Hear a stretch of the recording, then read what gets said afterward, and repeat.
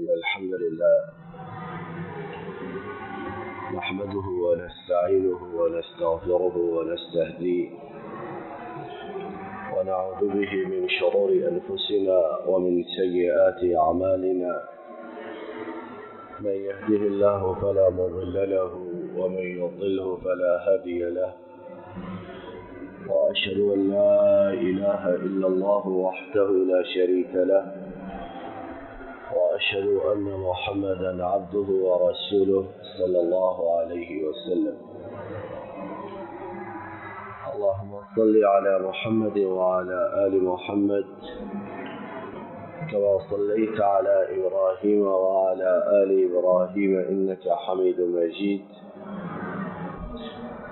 اللهم بارك على محمد وعلى آل محمد كما باركت على إبراهيم وعلى آل إبراهيم إنك حميد مجيد. رب اشرح لي صدري ويسر لي أمري واحلل عقدة من لساني يفقه قولي. اللهم انفعنا بما علمتنا وعلمنا ما ينفعنا وزدنا علما. سبحانك لا علم لنا إلا ما علمتنا إنك أنت العليم الحكيم. أعوذ بالله من الشيطان الرجيم. بسم الله الرحمن الرحيم.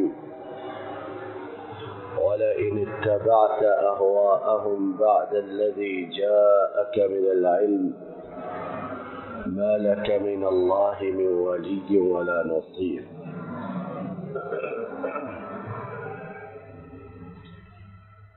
ہر قسم کی تعریف و ستائش اللہ رب العالمین کے لیے،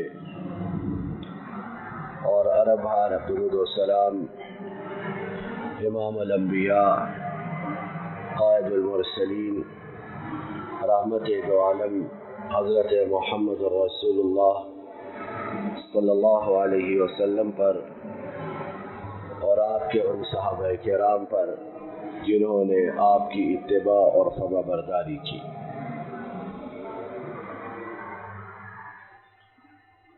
اگرچہ ہم مسلمان ہیں اور نبی کریم صلی اللہ علیہ وسلم کے امتی ہیں،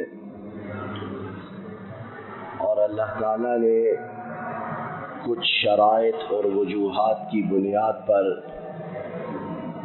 ہمیں تمام امتوں سے ممتاز فرمایا ہے، بلند فرمایا ہے، لیکن ایک چیز جو بہت سی غلطیوں اور بطور امت بہت سی لغزشوں میں سے ہم میں نمایاں اور بہت زیادہ ہے کہ ہم میں غیروں کی نقالی، غیروں کی پیروی اور غیروں کے پیچھے چلنے کا بہت رواج ہے. بلکہ ہمارے معاشرے کا ایک اچھا خاصا طبقہ یہ سمجھتا ہے کہ جب تک ہم غیروں کی نقالی نہ کریں گے، غیروں کے پیچھے نہ چلیں گے، اس وقت تک ہم ترقی اور کامیابی حاصل نہیں کر سکتے. ماہ سفر محرم کے اختتام کے بعد اس کا آغاز ہوا چاہتا ہے. اس حوالے سے اللہ کی توفیق سے چند لمحات میں چند باتیں کہنی مقصود ہے. پہلی بات یہ ہے کہ ابھی ہم نے ابتدا میں جو آیت کریمہ کا ٹکڑا سنا، اللہ تعالیٰ نے ارشاد فرمایا وَلَئِنِ اتَّبَعْتَ أَهْوَاءَهُمْ بَعْدَ الَّذِي جَاءَكَ مِنَ الْعِلْمِ، اگر تم ان لوگوں کی خواہشات کی پیروی کرو گے جبکہ تمہارے پاس علم اللہ کی طرف سے پیغمبر رسول آ چکا ہے، ما لک من اللہ من ولی ولا نصیر، تو تمہارے لیے نہ اللہ کی طرف سے کوئی دوست ہے اور نہ ہی تمہارا کوئی مددگار ہے۔ خدا لگتی میں آپ کہے، کیا ہم انفرادی اجتماعی اس عذاب کا سامنا نہیں کر رہے؟ دنیا میں کون ہمارا دوست ہے؟ جس سے دوستی لگاتے ہیں تھوڑے عرصے کے بعد وہی غداری کر کے وہی نقصان پہنچا کے بھاگ جاتا ہے۔ اور اللہ کی مدد، اللہ کی نصرت ہم سے اس طرح روٹھ گئی ہے، چلی گئی ہے، گویا ہمارا اللہ کے ساتھ اور اللہ کا ہمارے ساتھ کوئی تعلق ہی نہیں۔ وجہ کیا؟ کہ ہم نے غیروں کی پیروی کی، غیر مسلموں کی نقالی کی، تو ہمارے دوست بھی ہم سے چھن گئے اور اللہ کی مدد بھی ہم سے ختم ہو گئی۔ ایک دوسرے مقام پر اللہ تعالیٰ نے اس بات کو ایک دوسرے انداز میں واضح کیا ہے، ہَا أَنْتُمْ أُولَاءِ تُحِبُّونَهُمْ وَلَا يُحِبُّونَكُمْ۔ اور یہ آیت کریمہ کا یہ مختصر سا ٹکڑا میری، آپ کی اور تمام امت کی نگاہیں اور آنکھیں کھولنے کے لیے کافی ہے۔ ہم مر جاتے ہیں کہ کسی طرح ان کی پیروی ہو جائے، بول چال میں، لباس میں، چال چلن میں، رنگ ڈھنگ میں، طور اطوار میں، جتنا زیادہ کوئی ان کی پیروی نقالی کرتا ہے، کہتے ہیں یہ ہے ٹھیک اس زمانے کا آدمی زندگی بسر کرنے والا۔ سنو اللہ کا فیصلہ کیا ہے؟ فرمایا تم تو انہیں پسند کرتے ہو، اپنا ایمان، ضمیر، ناموس، عزت، مال، دین سب کچھ فروخت کرتے ہو، تم تو انہیں پسند کرتے ہو لیکن وہ تمہیں پسند نہیں کرتے۔ کس طرح کر سکتے ہیں؟ جب اللہ نے کہہ دیا، جب اللہ نے فرما دیا، اب کوئی الٹا لٹک کر بھی یہ دعویٰ کرے کہ وہ مجھ سے محبت کرتے ہیں، یہ نہیں ہو سکتا۔ اللہ کی بات معاذ اللہ جھوٹی ہے، غلط ہے۔ اور جو لوگ ان ملکوں میں رہتے ہیں، جاتے ہیں، کاروبار ہے، ملازمتیں ہیں، وہ جانتے ہیں کہ ساری سہولیات، ساری آسائشوں کے باوجود اسلام کی ایک نفرت ان کے دلوں میں موجود ہے، وہ ہم نہیں نکال سکتے۔ ہم ان کے رنگ میں رنگ جائیں، ڈوب جائیں، لیکن ہم تو ان کے ہو جاتے ہیں، وہ ہمارے نہیں ہوتے ہیں۔ ایک تیسرے مقام پر اللہ تعالیٰ نے ان لوگوں کا نقشہ ایک اور طرح کھینچا ہے۔ یا ایھا الذین آمنوا لا تتخذوا الذین اتخذوا دینکم ہزوا ولعبا۔ اے ایمان والو، ان لوگوں کی پیروی، نقالی مت کرو جو تمہارے دین کو کھیل تماشا سمجھتے ہیں، مذاق اڑاتے ہیں، ٹھٹھا کرتے ہیں۔ یہ کیا لباس ہے، یہ کیا شکل ہے، یہ کیا تہذیب ہے، یہ کیا معاشرت ہے۔ ان لوگوں کی پیروی مت کرو جو تمہارے دین کو، تمہارا مذاق اڑاتے، ٹھٹھا اڑاتے ہیں۔ اور اگلی آیت کریمہ میں وَإِذَا نَادَيْتُمْ إِلَى الصَّلَاةِ اتَّخَذُوهَا هُزُوًا وَلَعِبًا۔ یہاں تک معاملہ پہنچتا ہے کہ جب تم اذان دیتے ہو، نماز کے لیے بلاتے ہو، تو وہ اس نماز کا، اس اذان کا مذاق اڑاتے ہیں۔ یہ چیزیں موجود ہیں کہ نہیں؟ کہاں کہاں اس پر پابندی ہے، کہاں کہاں اس کے متعلق مذاق اور ٹھٹھا کی باتیں، تمسخر کی باتیں بنائی جاتی اور لوگوں کو گمراہ کیا جاتا ہے۔ حتیٰ کہ نماز، اذان جو ہمارا بنیادی دین کا رکن ہے، اسی کے ساتھ کھیل تماشا کیا جاتا ہے، اور ہم پھر عقل کے اندھے، ہم میں سے اکثریت احساس کمتری کی ماری ہوئی، وہ پھر بھی ان کے پیچھے چلنے کو کامرانی اور عروج سمجھتی ہے۔ تو پہلی بات جو میں نے آپ نے سنی کہ یہ غیروں کی نقالی جو ہے، مذہب میں ہو، معاشرت میں ہو، تہذیب میں، یہ اللہ کو ناپسند اور ہمارے لیے انتہائی تباہ کن، اور ہم انہیں اپنا سب کچھ دے دیتے اور وہ ہمارا نام سننا بھی گوارا نہیں کرتے۔ دوسری بات، ماہ صبر کے حوالے سے قدیم زمانے سے، اسلام کے آنے سے پہلے ہی اس مہینے کو منحوس سمجھا جاتا ہے۔ کہتے ہیں اس میں نکاح نہیں کرنا، اس میں سفر نہیں کرنا، اس میں کوئی بڑا کاروباری لین دین نہیں کرنا، اس میں بڑے معاملات ان میں ہاتھ نہیں ڈالنا، کیونکہ یہ منحوس مہینہ ہے۔ اور سفر اس کا نام اس لیے ہے کہ محرم کا مہینہ وہ حرمت والا مہینہ ہے، جنگ و جدل، لڑائی جھگڑا اس نے منع، اسلام سے پہلے بھی۔ تو سفر کا نام اس لیے پڑا کہ جب محرم کا مہینہ ختم ہوا تو پھر سفر کے مہینے میں لوگ جنگ و جدل کی پابندیوں سے آزاد ہوتے اور اپنے گھروں سے نکلتے، لیکن اسے منحوس خیال کیا جاتا ہے۔ جس طرح ہمارے معاشرے میں ہے، الو کی آواز سن لے تو کہتے ہیں منحوس دن ہے، کالی بلی آگے سے گزر جائے کہتے ہیں منحوس دن ہے، کوئی صبح صبح ادھار مانگ لے یا ادھار ہم کسی سے چیز مانگ لے تو کہتے ہیں منحوس دن ہے۔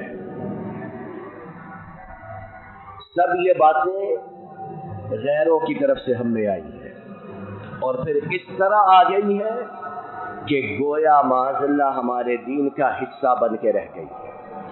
اب عام لوگوں سے اگر پوچھا جائے، سوال کیا جائے، تو وہ اس سفر کی منحوسیت کو دین کا حصہ سمجھتے ہیں۔ وہ کہتے ہیں دین میں ایسا ہے کہ سفر کے مہینے میں کوئی نکاح، کوئی کاروبار، کوئی معاملہ نہیں کرنا ہے۔ آئیے نبی کریم صلی اللہ علیہ وسلم ان کی حدیث پاک سنتے ہیں کہ ان کا فرمان اللہ کے فرمان کے بعد سب سے بڑھ کر، سب سے اعلیٰ اور ہمارے لیے سب سے زیادہ مفید تر اور کارگر۔ امام بخاری نے حضرت ابو ہریرہ رضی اللہ عنہ سے روایت کی کہ نبی کریم صلی اللہ علیہ وسلم نے ارشاد فرمایا، لا عدوى ولا ہامہ ولا سفر۔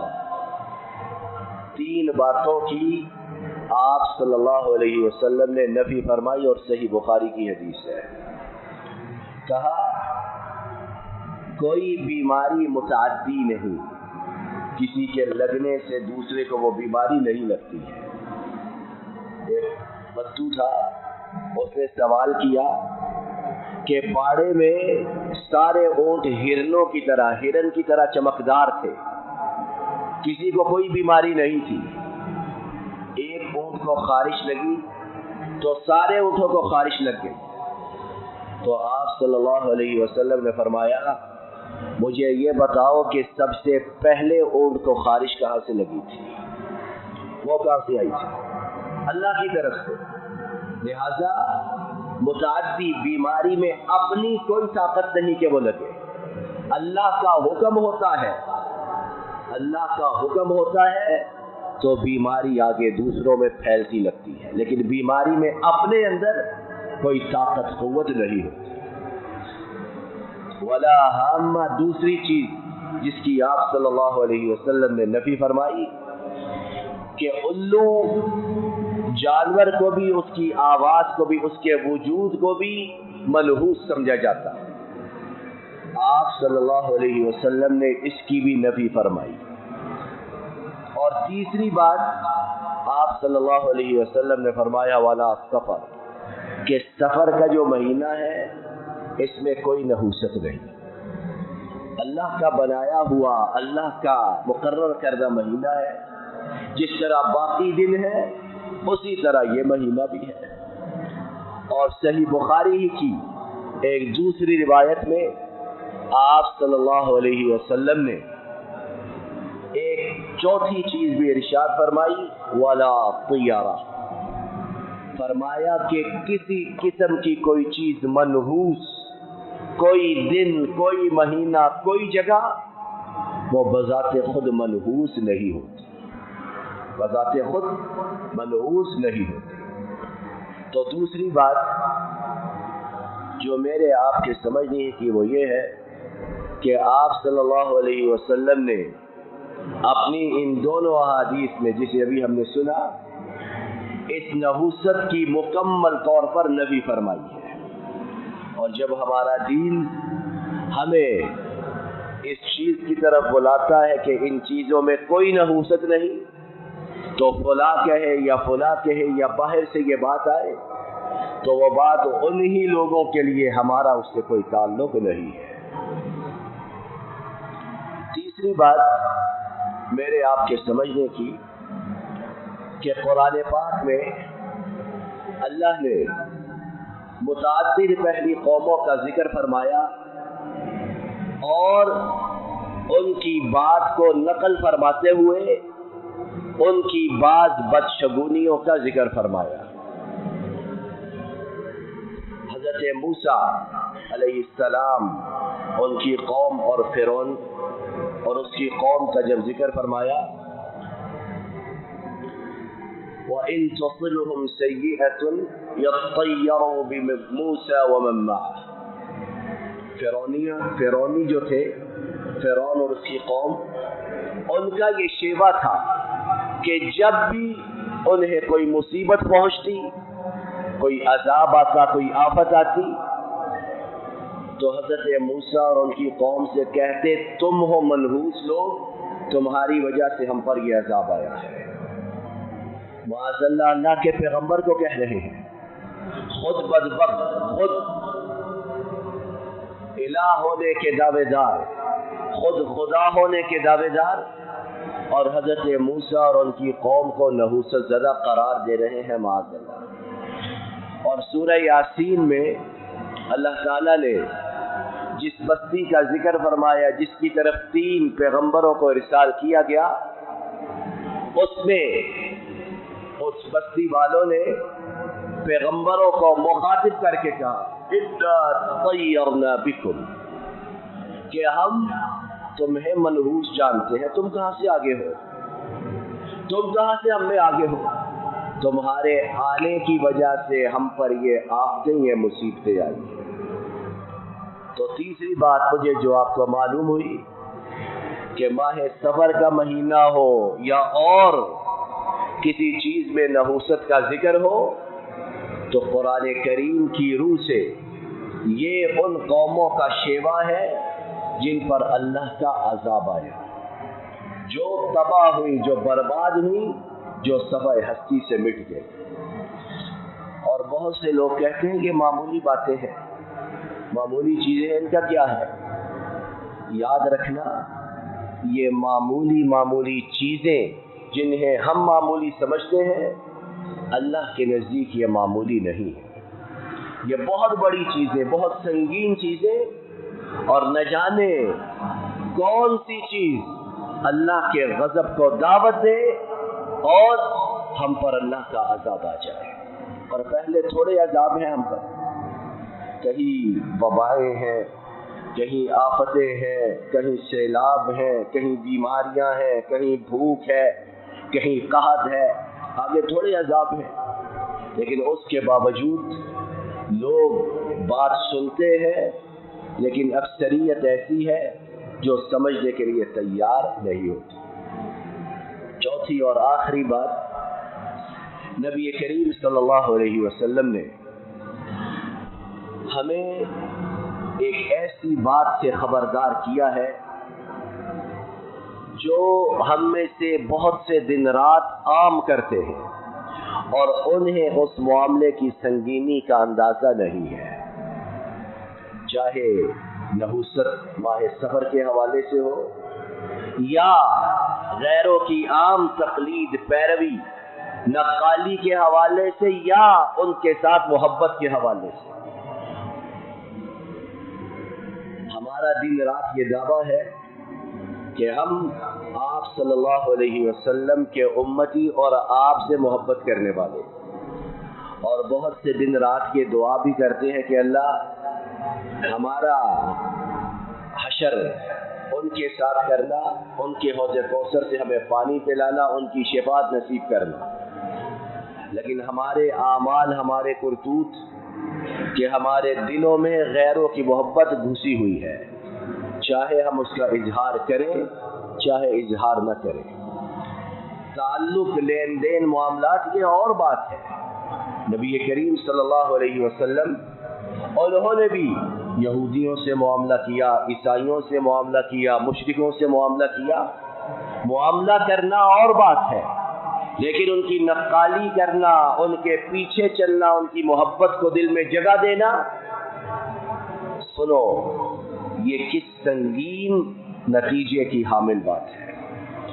امام ابو داؤد نے نبی کریم صلی اللہ علیہ وسلم سے روایت کی کہ آپ صلی اللہ علیہ وسلم نے فرمایا من تشبہ بقوم فہو منہم۔ مختصر سے الفاظ ہیں، 4-5، لمبی چوڑی تقریر نہیں، مختصر سے الفاظ ہیں، لیکن نتیجہ انتہائی خطرناک ہے۔ کیا فرمایا آپ صلی اللہ علیہ وسلم نے؟ فرمایا جو کوئی کسی قوم سے مشابہت رکھتا ہے، شعوری ہو غیر شعوری ہو، جو کسی قوم سے مشابہت رکھتا ہے، کیا ہے؟ فرمایا وہ ان ہی میں سے ہے، فرمایا وہ ان ہی میں سے ہے۔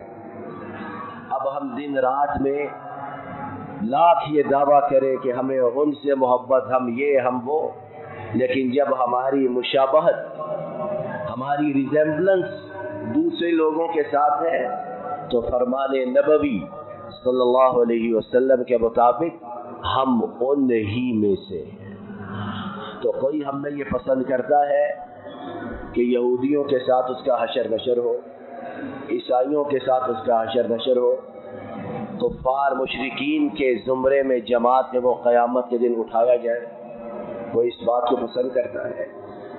تو بھائیو، دوستو، بزرگوں، ابھی سوچنے کا، ابھی غور و فکر کرنے کا مقام ہے۔ اللہ نے مہلت بھی دی، فرصت بھی دی، وقت بھی دیا کہ ہم میں سے ہر کوئی اپنے اپنے نفس کا جائزہ لے، محاسبہ کرے، اور اس طرح کی تمام غلطیاں جو ہم میں موجود ہیں آج ہی انہیں ختم کرنے کی اللہ کے فضل و کرم سے بھرپور کوشش کریں۔ وآخر دعوانا ان الحمد للہ نحمده ونستعینه ونستغفره ونستهديه ونعوذ به من شرور انفسنا ومن سيئات اعمالنا، من يهده الله فلا مضل له ومن يضلل فلا هادي له، وأشهد أن لا إله إلا الله وحده لا شريك له، وأشهد أن محمدا عبده ورسوله صلى الله عليه وسلم. إن الله وملائكته يصلون على النبي يا أيها الذين آمنوا صلوا عليه وسلموا تسليما. اللهم صل وسلم وبارك على عبدك ورسولك محمد صلى الله عليه وسلم. اللهم أعز الإسلام والمسلمين وأذل الشرك والمشركين ودمر أعداء الدين وانصر عبادك الموحدين. اے اللہ تمام بیماروں کو شفا عطا فرما، بے روزگاروں کو رزق حلال و فراخ عطا فرما، بے ہدایتوں کو ہدایت عطا فرما، بے اولادوں کو نیک صالح متقی اولاد عطا فرما، پریشانوں کی پریشانیوں کو دور فرما۔ اے اللہ آنے والے مسائل سے، آنے والی مشکلات سے ہماری حفاظت فرما۔ جن آفات میں، بیماریوں میں، مشکلات میں ہم پھنس چکے ہیں ان سے ہمیں مکمل طور پر نجات عطا فرما۔ اے اللہ ہمارے ملک کی حفاظت فرما، ہمارے ملک میں امن و امان فرما، ہمارے ملک میں ہر قسم کی آفتیں وبائیں بیماریاں جو ہیں انہیں مکمل طور پر ختم فرما، ہمارے ملک کے بہی خواہوں کو ہمدردوں کو سرفراز و سربلند فرما، ملک و ملت کے غداروں کو دشمنوں کو نیست و نابود فرما۔ اے اللہ تمام کائنات کے مظلوم و مقہور مسلمانوں کی نصرت و تائید فرما، ان پر ظلم و ستم کرنے والوں کو تمام دنیا کے لیے نشان عبرت بنا۔ اے اللہ ہماری تمام فریاد و التجاؤں کو قبول فرما۔ ربنا ظلمنا انفسنا وإن لم تغفر لنا وترحمنا لنكونن من الخاسرين ربنا آتنا في الدنيا حسنة وفي الآخرة حسنة وقنا عذاب النار سبحان ربك رب العزة عما يصفون وسلام على المرسلين والحمد لله رب العالمين.